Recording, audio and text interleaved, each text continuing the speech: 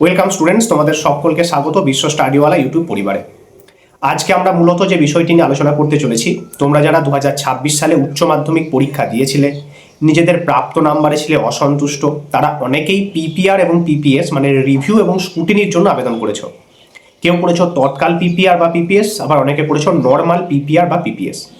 এবার বিষয় হচ্ছে রেজাল্ট আমরা স্যার দেখবো কিভাবে। আজকে থাকছে সেই সম্পর্কে সবিস্তারে আলোচনা। তুমি তৎকাল পিপিআর বা পিপিএস যদি করে থাকো তাহলে তোমার রেজাল্ট 8 দিনের মধ্যে প্রকাশিত হবে। তুমি যদি নর্মাল পিপিআর বা পিপিএস করে থাকো তাহলে তোমার রেজাল্ট 1 মাসের মধ্যে প্রকাশিত হবে। এই হচ্ছে বিষয়। এবার রেজাল্ট দেখার উপায় কি, আজকে আমি সেটি তোমাদের সামনে তুলে ধরছি। নিজেরাই নিজেদের মোবাইল ফোন দিয়ে হাতে কলমে খুব সহজেই নিজেদের রেজাল্ট কিন্তু দেখে নিতে পারবে। ভিডিওটি শেষ পর্যন্ত দেখো, তাহলে তোমার মনে আর কোনো সংশয় থাকবে না। আর হ্যাঁ, তোমার কোনো বন্ধু বান্ধবী যদি পিপিআর বা পিপিএস করে থাকে তার মাঝে ভিডিওটি শেয়ার করে দিও, তাহলে সেও কিন্তু নিজেই নিজের রেজাল্ট চেক করে নিতে পারবে যে নাম্বার বাড়লো কি বাড়লো না। ঠিক আছে? আর রেজাল্ট কবে আনতে যাবে, কোথায় আনতে যাবে সেটি তো আমি আগের ভিডিওতে জানিয়ে দিয়েছি। আজকে রেজাল্ট কিভাবে চেক করবে সেটি ভালো করে দেখে নাও। দেখো, আমি তোমাদের এই ভিডিওর কমেন্ট বক্সে একটি লিঙ্ক দিয়ে রেখেছি। তোমরা সর্বপ্রথম সেই লিঙ্কে টাচ করবে, তোমাদের বেশি কিছু করতে হবে না, শুধুমাত্র লিঙ্কে টাচ করবে। লিঙ্কে টাচ করলেই তোমাদের সামনে এরকম একটি পেজ কিন্তু ওপেন হয়ে যাবে। ঠিক আছে? এই পেজটির নিচের দিকে দেখো রয়েছে সাইন ইন বলে একটি অপশন সবুজ রঙের বক্সে। এই সাইন ইন বলে যে অপশনটি রয়েছে সেই অপশনে জাস্ট একবার ক্লিক করবে। সাইন ইন অপশনে ক্লিক করার সাথে সাথেই তোমাদের সামনে কিন্তু ঠিক এরকম একটি পেজ ওপেন হয়ে যাবে। এই পেজে কি লেখা রয়েছে দেখো, লেখা রয়েছে sign in with your HS council account, যেখানে তোমার ইউজার নেম পাসওয়ার্ড দিয়ে সাইন ইন করতে বলা হচ্ছে। কিন্তু কোনো কারণে তুমি যদি তোমার ইউজার নেম বা ইউজার আইডি হারিয়ে ফেলে থাকো বা পাসওয়ার্ড হারিয়ে গিয়ে থাকো, তাহলে কি করে তোমরা নিজেদের রেজাল্ট দেখবে? যদি তুমি তোমার ইউজার নেম বা লগ ইন আইডি হারিয়ে ফেলে থাকো, তাহলে এই যে ফরগেট লগ ইন আইডি বলে অপশনটি রয়েছে এই অপশনে ক্লিক করবে। এই অপশনে ক্লিক করলেই তোমাদের সামনে একটি পেজ কিন্তু ওপেন হয়ে যাবে। দেখো ঠিক এরকম ফরগেট ইউজার আইডি বলে লেখা আছে, যেখানে তোমার ফার্স্ট নেম এবং তোমার রেজিস্ট্রেশন নাম্বার বা আধার নাম্বার দিতে বলা হচ্ছে। তুমি এখানে তোমার ফার্স্ট নেম মানে ধরো তোমার নাম বিশ্বরূপ ঘোষ, তাহলে এখানে কি লিখবে? ফার্স্ট নেমে লিখবে শুধুমাত্র বিশ্বরূপ, মানে প্রথমের নামটা। কারণ নাম শেখ আব্দুল কালাম, তাহলে সে ফার্স্ট নেমে কি লিখবে? ফার্স্ট নেমে শুধু লিখবে শেখ। ঠিক আছে? তার নিচে দেওয়া আছে 10+2 রেজিস্ট্রেশন নাম্বার অথবা আধার নাম্বার। আমি বলবো তোমাদের যে রেজিস্ট্রেশন নাম্বার আছে সেটি এখানে বসাবে। সকলে আধার নাম্বার দিয়ে কিন্তু রেজিস্ট্রেশন করোনি বা ফর্মটা ফিল আপ করোনি। রেজিস্ট্রেশন মানে এখানে এইচএস এর রেজিস্ট্রেশন নয়, এই ফর্ম ফিল আপের সময়।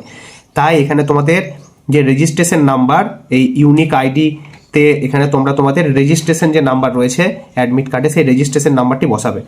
তাহলে ফার্স্ট নেম এবং রেজিস্ট্রেশন নাম্বার দুটো বসানোর পর এই নিচে দেখো লেখা রয়েছে গেট ইউজার আইডি, এই অপশনটিতে ক্লিক করবে। এই গেট ইউজার আইডিতে ক্লিক করার সাথে সাথেই তোমার ইউজার আইডিটি তোমার সামনে কিন্তু চলে আসবে। ইউজার আইডিটি তুমি স্ক্রিনশট নিয়ে রাখবে অথবা লিখে নেবে। ক্লিয়ার? তাহলে তোমার ইউজার আইডি তুমি পেয়ে গেলে। এবার অনেকের ক্ষেত্রে বলছিলে যে তোমরা পাসওয়ার্ডটিও হারিয়ে ফেলেছো, তাহলে কি করবে? দেখো, পাসওয়ার্ড হারিয়ে ফেলার জন্য ওই যে একদম সেই ফার্স্ট স্টেপে চলে যাও, ওই সাইন ইন বলে অপশনটিতে ক্লিক করো। ক্লিক করার পর তোমার সামনে ফরগেট পাসওয়ার্ড বলে অপশনটি দেখো লেখা আসছে। এই ফরগেট পাসওয়ার্ডে ক্লিক করবে। ফরগেট পাসওয়ার্ডে যখনই তোমরা ক্লিক করবে তখনই তোমার সামনে এরকম একটি নতুন পেজ চলে আসবে। এখানে কি লেখা রয়েছে? লেখাই রয়েছে ফরগেট পাসওয়ার্ড। এখানে তোমার ইউজার আইডি দিতে হবে। ওই যে ইউজার আইডি যদি হারিয়ে যাও কিভাবে পাবে দেখিয়ে দিলাম, সেই ইউজার আইডিটি এখানে তোমাকে লিখতে হবে। এখানে ইউজার আইডি লেখার পর তার নিচে দেখো মোবাইল নাম্বার লেখার জায়গাটি রয়েছে। মোবাইল নাম্বার অটোমেটিক চলে আসবে। তুমি ইউজার আইডি সঠিকভাবে বসালেই মোবাইল নাম্বার অটোমেটিক চলে আসবে। তারপর নিচে সাবমিট বলে যে অপশনটি রয়েছে, সাবমিট অপশনে তোমায় ক্লিক করতে হবে। সাবমিট অপশনে ক্লিক যখনই তুমি করবে তোমার মোবাইলে একটি ওটিপি চলে যাবে। যেই মোবাইল নাম্বারটি ফর্ম ফিল আপের সময় দিয়েছিলে সেই মোবাইল নাম্বারটি এখানে তোমায় বসাতে হবে। মোবাইলের ওটিপিটি বসাতে হবে। যে মোবাইলটি বা যে মোবাইলের নাম্বার তুমি দিয়েছিলে সেখানে একটা ওটিপি যাবে, সেই ওটিপিটি দেখে দেখে এই ছকটাতে কিন্তু বসাতে হবে।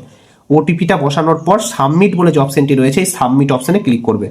সাবমিট অপশনে ক্লিক করলেই তোমাকে কিন্তু নতুন পাসওয়ার্ড বানানোর অপশন দেবে। পাসওয়ার্ড বেশি বড় দেবে না, 4 থেকে 5 সংখ্যার একটা পাসওয়ার্ড কিন্তু দেবে।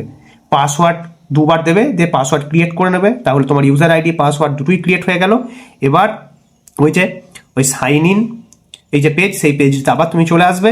এখান থেকে তুমি সাইন ইন করে তোমার ইউজার নেম, পাসওয়ার্ড এবং যে ক্যাপচাটা দেওয়া আছে সেই ক্যাপচাটা নির্দিষ্ট স্থানে বসিয়ে সাইন ইন অপশনে ক্লিক করে দেবে।